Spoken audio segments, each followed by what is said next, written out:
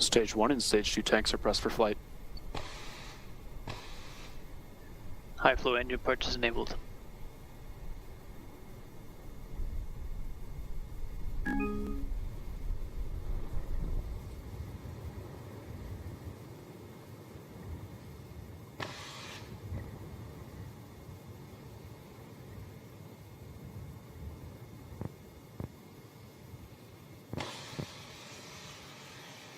T-minus 20 seconds and counting.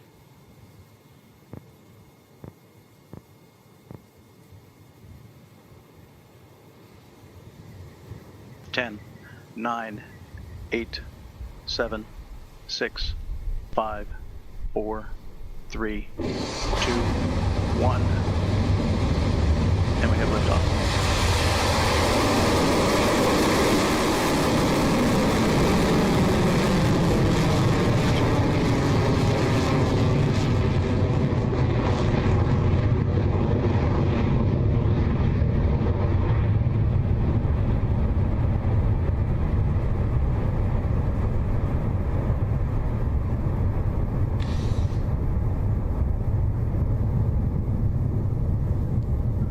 Our 45th Electron is now in the air, having successfully lifted off the pad at Launch Complex 1. Synspective's Strix 3 satellite is on its way to space.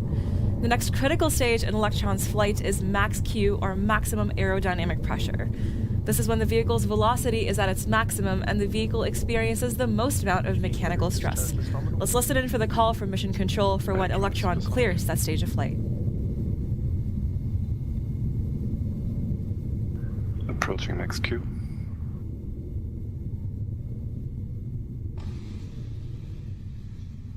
Cleared Max Q.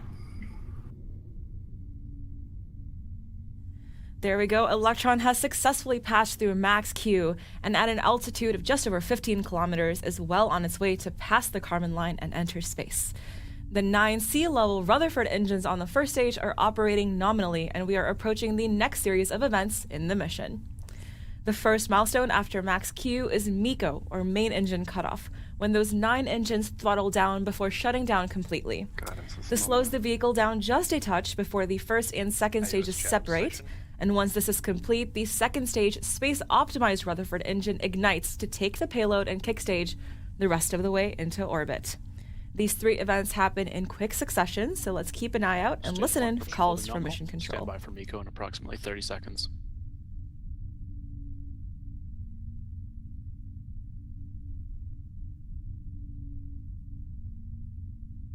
15 seconds to staging. Entered burn light detect mode.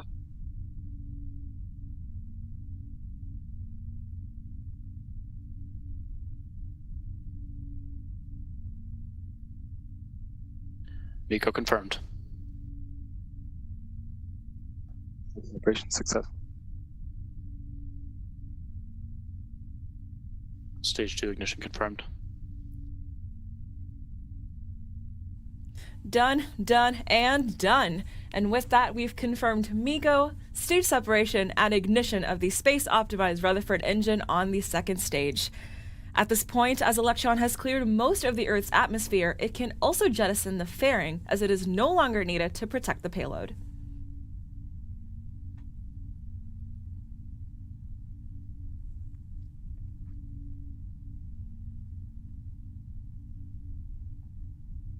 Fairing jettison succeeded.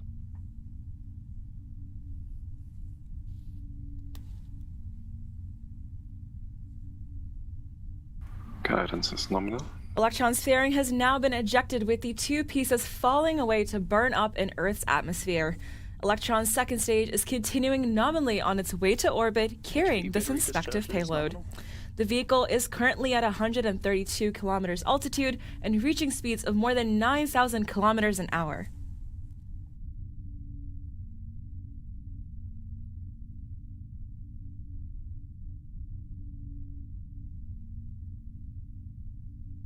Stage 2 propulsion is nominal.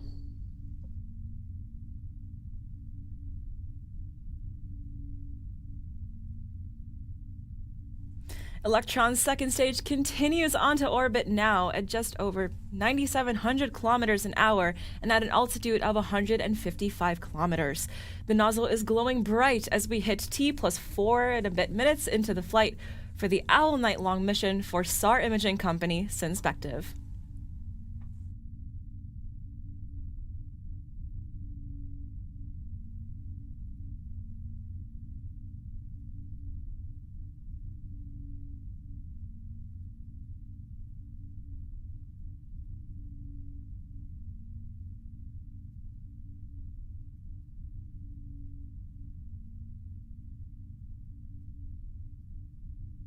If you take a look at the panel on the right-hand side of your screen, you can see our propellant telemetry from Electron's Stage 2. Currently, we have about 60% of kerosene and about 60% of LOX remaining as we head into the next major milestone, the battery hot swap, a unique maneuver to Electron.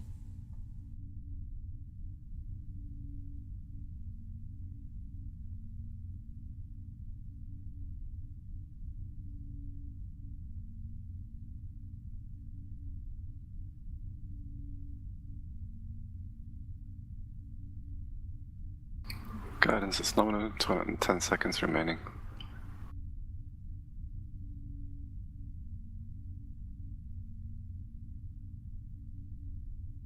Throttling down.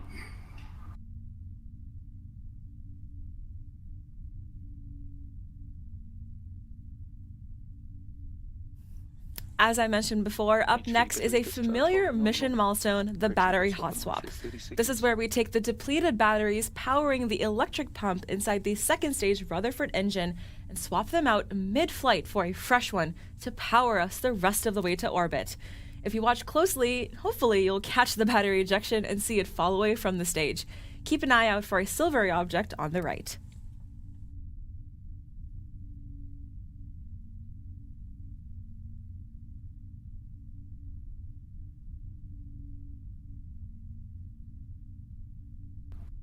Hot swap successful.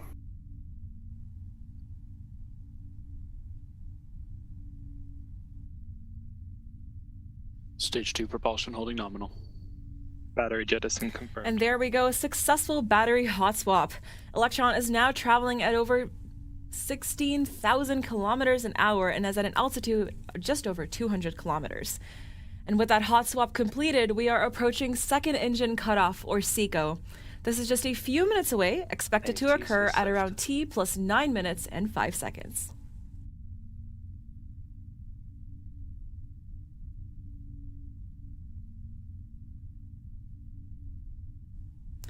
T plus 7 minutes into flight, an Electron is well on its way to orbit.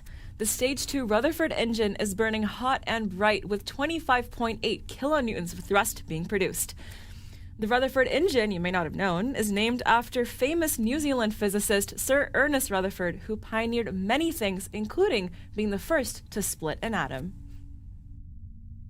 HV battery discharge holding nominal.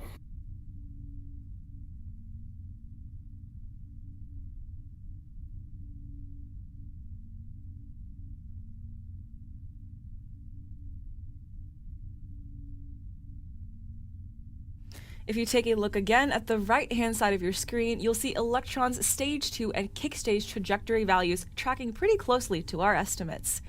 Today's launch of Synspective's Strix 3 brings our satellite launch tally up to 178 satellites, with plenty more scheduled for this year in our launch manifest.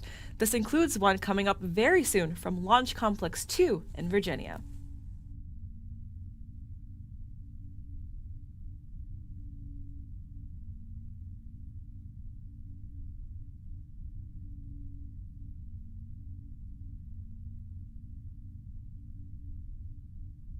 Into burn-it tech mode. All right, we're about 8.5 minutes into flight and quickly approaching SECO.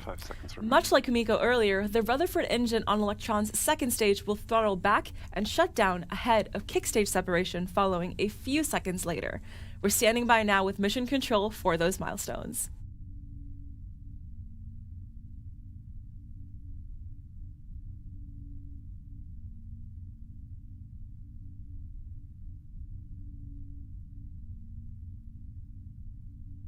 Seco confirmed.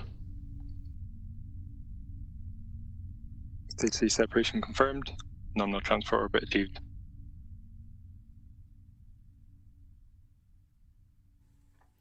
There it goes. The vacuum-optimized Rutherford engine has throttled down, and the second stage has cleanly separated from the kick stage.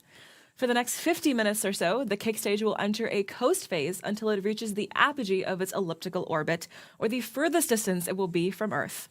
From here, the Curie engine will kick in to adjust the angle to a circular orbit. Once we reach Synspecta's requested location in orbit, Strix 3 will be deployed from the kick stage, and that is the end of our role in the mission. Now, we won't have a live feed from the kick stage of payload deployment on this mission, but we will stay with you on the webcast to bring you a simulated view of payload deployment. We'll take a bit of a break on the webcast now, and we'll leave you with this graphic of the kick stage and its elliptical orbit above Earth. We'll be back with you closer to payload deployment to listen in on those final moments from mission control. Payload deployment is expected to take place at around T plus 53 minutes, so I'll see you back here very soon.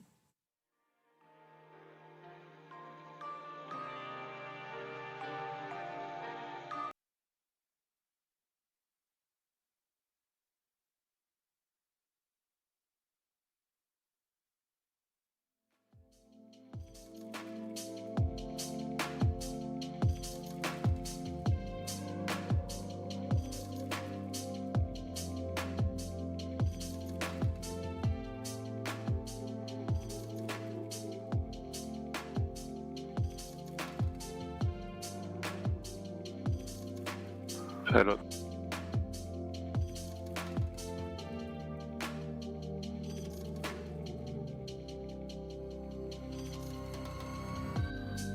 Payload deployment confirmed.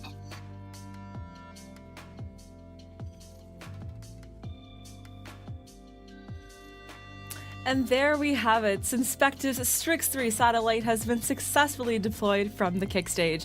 Well, welcome to orbit, and congratulations to the Synspective team on our 4th mission together.